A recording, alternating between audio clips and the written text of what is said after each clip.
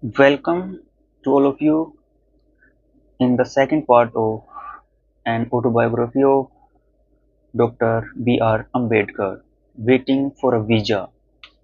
In 1916, I returned to India. I had been sent to America by His Highness the Maharaja of Baroda for higher education. I studied at Columbia University in New York from 1913 to 1917. In 1917, I came to London and joined the postgraduate department of the School of Economics of the University of London.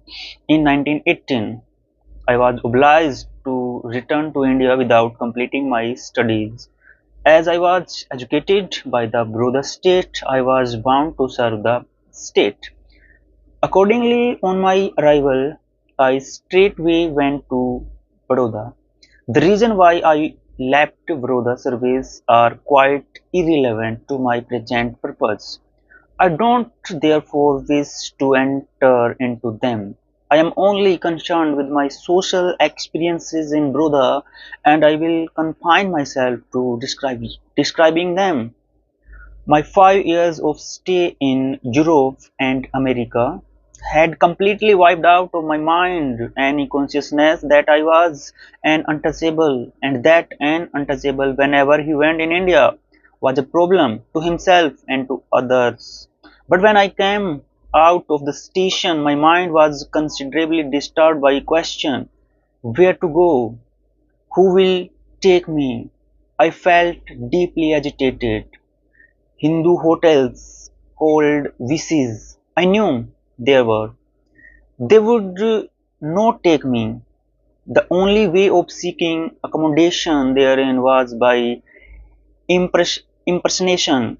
But I was not prepared for it because I could well anticipate the dire consequences which were sure to follow if my identity was discovered, as it was sure to be. I had friends in Baroda who had come to America for study. Would they welcome me if I went? I could not assure myself. They may feel embarrassed by admitting an untouchable in their household. I stood under the roof of the station for some time thinking where to go, what to go. It then struck me to inquire if there was any place in the camp. All passengers had by this time gone. I alone was left. Some hackney drivers who had failed to pick up any traffic were watching and waiting for me. I called one of them and asked him if he knew if there was a hotel in the camp. He said that there was a Parsi inn and that they took paying guests. Hearing that it was an inn maintained by the Parsis, my heart was gladdened. It means that Dr. B.R. Ambedkar was happy to hear that. The Parsis are followers of the Zoroastrian religion. He, Dr. Ambedkar thought that in the Parsi community, in the Parsi religion, there are equality. There was no fear of my being treated by them as an untouchable because their religion does not recognize untouchability. With a heart glad with hope and a mind free from fear, I put my luggage in a hackney carriage and asked the driver to drive me to Parsain in the camp.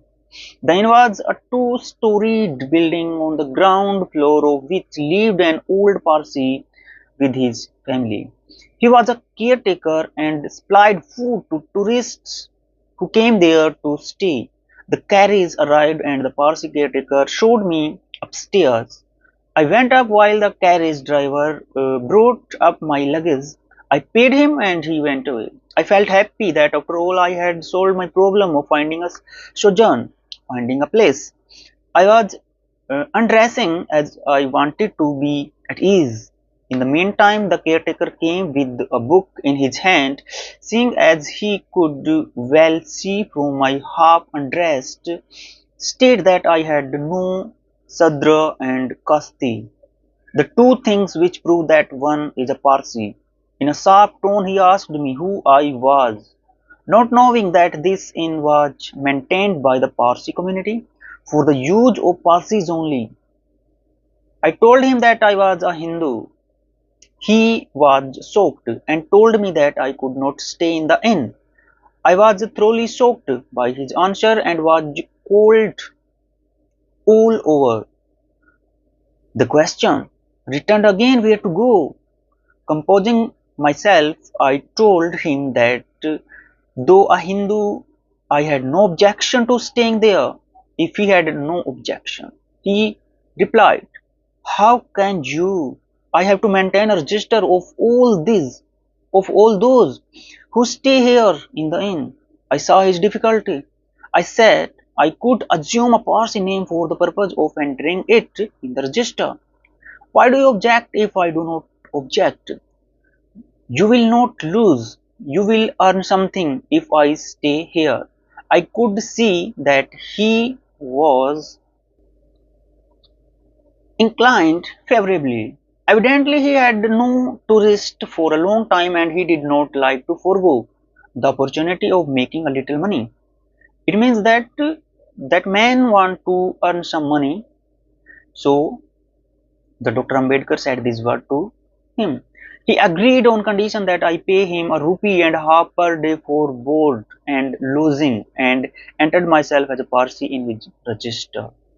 He went downstairs and I heaved a sigh of relief. The problem was solved and I felt very happy. But alas, I did not then know how short was to be this happiness. But before I describe the tragic end of my stay in this inn, I must describe how I passed my time during the short period I lived therein. The inn on the first floor had a small bedroom and adjoining it was one small bathroom with a water tap in it. The rest was one big hall. At the time of my stay, the big hall was filled up with all sorts of rubbish, planks, benches, broken stairs, chairs, etc. In the midst of the surrounding, I lived a single solitary individual. The caretaker came up in the morning with a cup of tea. He came again at about 9:30 with my breakfast or morning meal. A third time he came up at about 8:30 in the evening with my dinner. The caretaker came up only when he could not avoid it, and on this occasion he never stayed to talk to me. The day was spent somehow. I was appointed a probationer in the Accountant General's office by the Maharaja of Baroda. I used to leave the inn at about 10 a.m. for the office and return late at about 8 p.m. in the evening, contriving to while away outside the inn as much time in company of friends as I could. The idea of returning to the inn to spend the night therein was most terrifying to me, and I used to return to the inn only because I had no other place under the sky to go for rest. In this big hall on the first floor of the inn, there were no fellow human being to talk to. I was quite alone. The whole hall was enveloped in complete darkness. There were no electric lights, nor even oil lamps to relieve the darkness. The caretaker used to bring up for my use a small hurricane lamp. Its light could not extend beyond a few inches. I felt that I was in a dungeon and I longed for the company of some human beings to talk to. But there was none. In the absence of the company of human beings, I sought the company of books and read and read. Absorbed in reading, I forgot my lonely condition, but the chirping and flying about of the bats, which had made the whole their home, often distracted my mind and sent cold shiver through me, reminding me of what I was endeavoring to forget, that I was in a strange place, under strange conditions. Many a time I must have been angry, but I subdued my grief and my anger by the feeling that though it was a dungeon, it was a shelter, and that some shelter was better than no shelter. So, heartrending was my condition that when my sister's son came from Bombay bringing my remaining luggage which I had left behind, and when he saw my state began to cry so loudly that I had to send him back immediately. In this state, I lived in the Parsi Inn, impersonating a Parsi. I knew that I could not long continue this impersonation as I would be discovered someday. I was therefore trying to get a state bungalow to stay in, but the Prime Minister did not look upon my request with the same urgency. My petition went from officer to officer, and before I got the final reply, the day of my doom arrived. It was 11th day of my stay in the inn. I had taken my morning meal and had dressed up and was about to step out of my room to go to office. As I was picking up some books which I had borrowed overnight for returning them to the library, I heard footsteps of a considerable number of people coming up the staircase. I thought they were tourists who had come to stay and was therefore looking out to see who these friends were. Instantly I saw a dozen angry looking, tall, sturdy Parsis, each armed with a stick, coming towards my room. I realized that they were not fellow tourists, and they gave proof of it immediately. They lined up in front of my room and fired a volley of questions. Who are you? Why did you come here? How dare you take a Parsi name? You scoundrel! You have polluted the Parsi. I stood silent. I could give no answer. I could not persist in impersonation. It was in fact a fraud, and the fraud was discovered. And I'm sure if I had persisted in the game I was playing, I would have been assaulted by the mob of angry and fanatic Parsis and probably doomed to death. My meekness and my silence averted this doom. One of them asked when I thought of vacating. At the time my shelter I prized more than my life. The, the threat implied in this question was a grave one. I therefore broke my silence and implored them to let me stay for a week at least, thinking that my application to the ministers for a bungalow would be decided upon favorably in the meantime. But the Parsis were in no mood to listen. They issued an ultimatum. They must not find me in the inn in the evening. I must pack off. I must leave. They held out dire consequences and left. I was bewildered. My heart sank within me. I cursed all and wept bitterly. This is the Dr. Ambedkar which he I can't describe his life. Oh my God. After all, I was deprived of my precious possession, namely my shelter. It was no better than a prisoner's cell. But it was to me very precious. After the Parsis were gone, I sat for some time, engaged in thinking to find a way out. I had hopes that I would soon get a state bungalow and my troubles would be over. My problem was therefore a temporary problem, and I thought that going to friend would be a good solution. I had no friend among the untouchables of brother state, but I had friends among other classes. One was a Hindu, the other was an Indian Christian. I first went to my Hindu friend and told him what had befallen me. He was a noble soul and a great personal friend of mine. He was sad and also indignant. He, however, let fall one observation. He said, "If you come to my home, my servants will go." I took the hint and did not press him to accommodate me. I did not like to go to the Indian Christian friend. Once he had invited me to go and stay with him, but I had declined, preferring to stay in the Parsi inn. My reason was that his habits were not congenial to me. To go now would be to invite a rebuff. So I went to my office, but I could not really give up this chance of finding a shelter. On consulting a friend, I decided to go to him and ask him if he would accommodate me.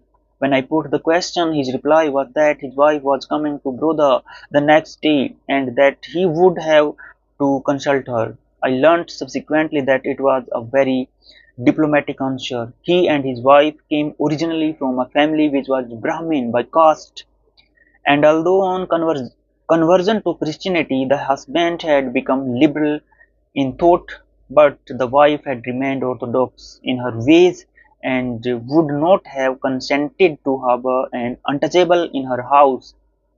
The last ray of hope that thus flickered away. It was 4 p.m. when I left the house of my Indian Christian friend. Where to go was the one supreme question before me. I must quit the inn and had no friend to go to. The only alternative left was to return to Bombay. The train to Bombay left Baroda at 9 p.m. There were 5 hours to be spent. Where to spend them? Should I go to the inn? Should I go to my friend?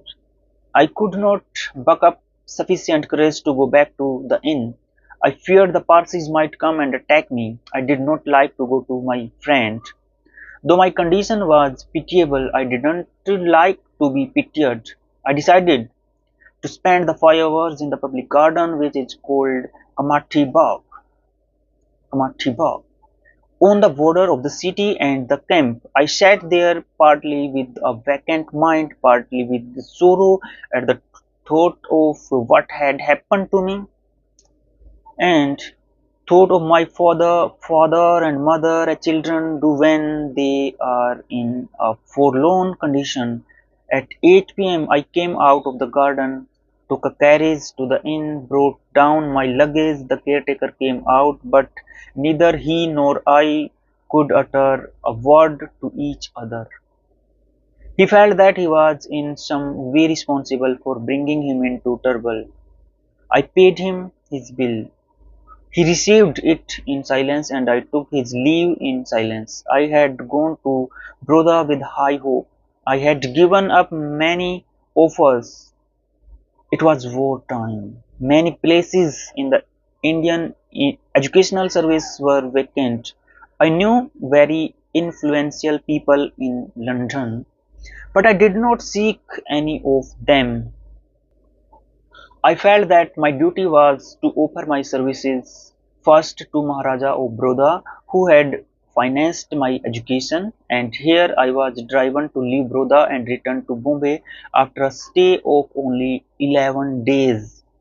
This scene of a dozen Parsis armed with sticks lined before me in a menacing mood, and myself standing before them with a terrified look, imploring for mercy, is a scene which so long a period as 18 years had not succeeded in fading away. I can even now vividly recall it and never recall it without tears in my eyes.